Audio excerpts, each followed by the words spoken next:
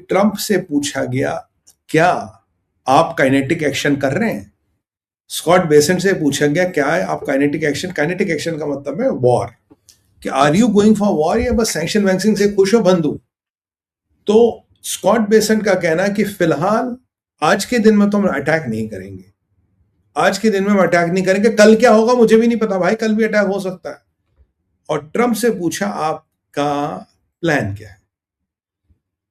Trump ने बोला, मेरा एक प्लान है कि ईरान के पास never ever till the end of this earth उनके पास न्यूक्लियर वेपन आ सकता है, और उसके लिए जो मैंने किया, सुनिएगा, जो मैंने किया, अगर वो मुझे बार बार लगातार 20 या 50 बार करना पड़े, मैं वो करने को तैयार हूं। यानी कि अमेरिका की अगर आप भाषा समझे, they are not leaving out military strikes. Iran पे ब्लॉकेड होगा, ईरान की सैंक्शंस होगी, बट अगर जरूरत पड़ी तो कभी भी कहीं भी हम मिलिट्री स्ट्राइक्स करेंगे। मिलिट्री स्ट्राइक्स का विकल्प खुला है। स्कॉट बेसेंट ने कहा आज नहीं होंगे, ट्रंप ने कहा अगर मुझे ईरान को न्यूक्लियर वेपन से रोकने के लिए जो मैंने अभी तक किया 20 बार, 50 बार, 100 बार भी फिर करना पड़े तो मैं करूंगा। यानी कि सीधा सीधा इशारा मिलिट्री स्ट्राइक्स की तरफ था, मिलिट्री एक्शन की तरफ था, और अगर 50 बार भी मुझे करना पड़े तो मैं करूंगा। यानी कि अर्थव्यवस्था की वाट, यानी कि अर्थव्यवस्था की के छक्के छूट गए। और हाँ, करीब करीब स्ट्रेट ऑफ हॉर्मुज से तेल निकल रहा सर। मैंने काफी सोर्सों से आज पता किया है, I have put some time on it, and I can tell you strait of Hormuz से there is enough crude coming in. ये जो ईरानियों का दावा है कि हमने स्ट्रेट ऑफ हॉर्मुज बंद कर दी है हमसे पूछे बिना, कोई एक घंटा इनको कुछ नहीं पता, स्ट्रेट ऑफ हॉर्मुज से तेल निकल रहा है, एंड दैट इज। बट हाँ, इनके काशिम आइलैंड, इनके खर्ग आइलैंड के आसपास ऑयल स्लिक जो है वो बढ़ता जा रहा है। I think they are pumping oil into the sea. इनके स्टोरेज फिल है, they can't stop the oil, they are simply pumping the oil into the sea. तेल का स्मेल बढ़ता जा रहा, बढ़ता जा रहा, बढ़ता जा रहा, बढ़ता जा रहा, और खतरनाक लेवल्स पे पहुंचता जा रहा sir. That is what is worrying me, and that is what is a cause of worry for all of us watching this show. Anyway, because our life somewhere get related, linked. और आप जानते हैं कि Greece के army chief यहाँ पे थे, कहाँ थे वो? ग्रीस के आर्मी चीफ इजराइल में थे। और अगर मैं आज आपको बताऊं कि भारत भी सक्रिय हो गया है, देखिए मोदी का भारत है घर में घुस के मारता है, पीछे नहीं मारता। आज हमारे जो इजराइल में, जो हमारे ग्रीस में एम्बेसडर है, उनसे मिलने आज इजराइल की एम्बेसडर मोहतरमा यानी कि मैडम आई थी, और भारत का एम्बेसडर इस ग्रीस में इजराइल के एम्बेसडर से मिल रहा है, और उनमें कुछ वार्तालाप हो रही है। और याद रखिए, अगर तैयब अर्दोगन को घेरना है, the point has to be Greece, Cyprus, India and Israel. ये मिलके इसको घेर सकते हैं और इसकी वाट लगा सकते हैं, क्योंकि अब इसके इरादे फ्रेंडली नहीं है, इसके इरादे बहुत खतरनाक हो गए हैं। पर I am very happy, Bharat जो भी कर रहा, दिखा के कर रहा, बता के कर रहा, सबको जता के कर रहा। We are not trying to be hiding behind the curtains and doing things, what we are doing pretty much in front. तो चाहते तो ये मीटिंग को राप्स में रख सकते थे, बताने की जरूरत नहीं थी, बट भारत ने उपयुक्त समझा कि हम इसको बताएं, हम इसको अनाउंस करें, हाँ इसराइलियों से मिल रहे, इसराइलियों के साथ हमारा कुछ हो रहा है। मेरे को लगता है हमारे भारत में, इसराइल में, ग्रीस में और साइप्रस में कुछ तो कुछ अरेंजमेंट हो रहा है।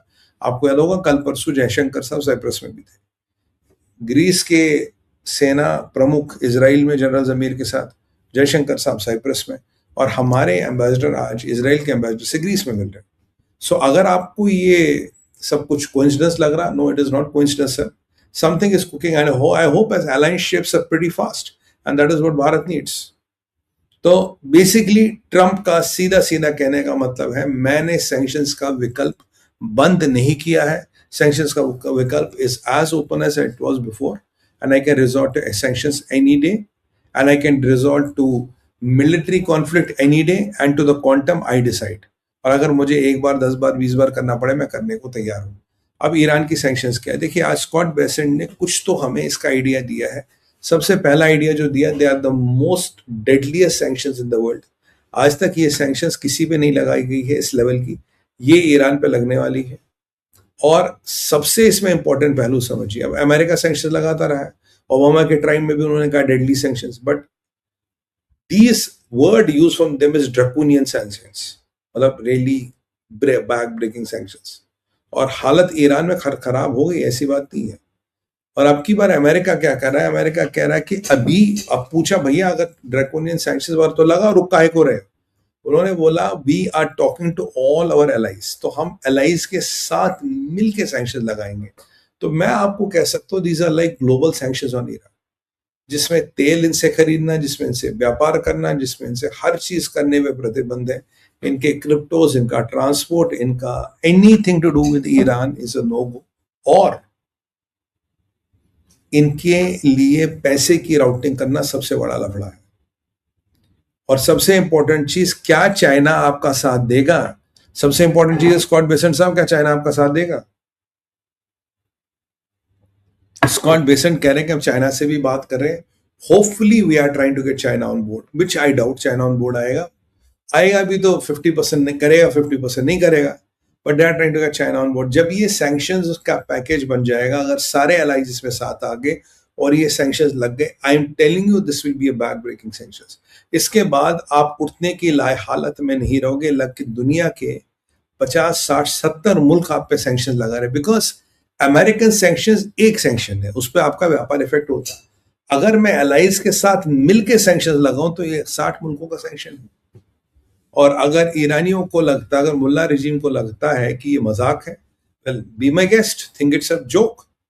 क्योंकि आज फाइनली मिस्टर स्कॉट बेसेंट ने एक बात कही थी जो मैं आपको शुरू से कह, स्कॉट बेसेंट कह रहा है यार we want the regime to topple, हम इस रिजीम को टॉपल करना चाहते हैं विदाउट ब्लडशेड।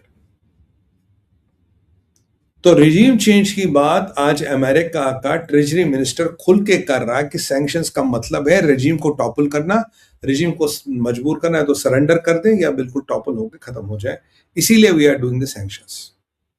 अब जानते हैं कि ईरान भी पूरी जोर लगाएगा, Iran is not going to take it lightly, Iran पूरा जोर लगाएगा, ईरान पूरी कोशिश करेगा। ईरान के इरादे क्या है कि भाई out of middle east conflict को ले जाना, मिडल ईस्ट के सारे ऑयल एंड गैस को बर्बाद करना, एंड मैक्सिमम अमेरिकन सोल्जर्स को मारना या अमेरिकन को मारना, ये ईरान का गोल है। एंड दैट इज, देखिए ये युद्ध है, अगर अमेरिका 8 बार जीतेगा, ईरान भी 2 बार जीतेगा, तो इनमें से कोई भी परिस्थिति, इनमें कोई भी संभावना बन सकती है।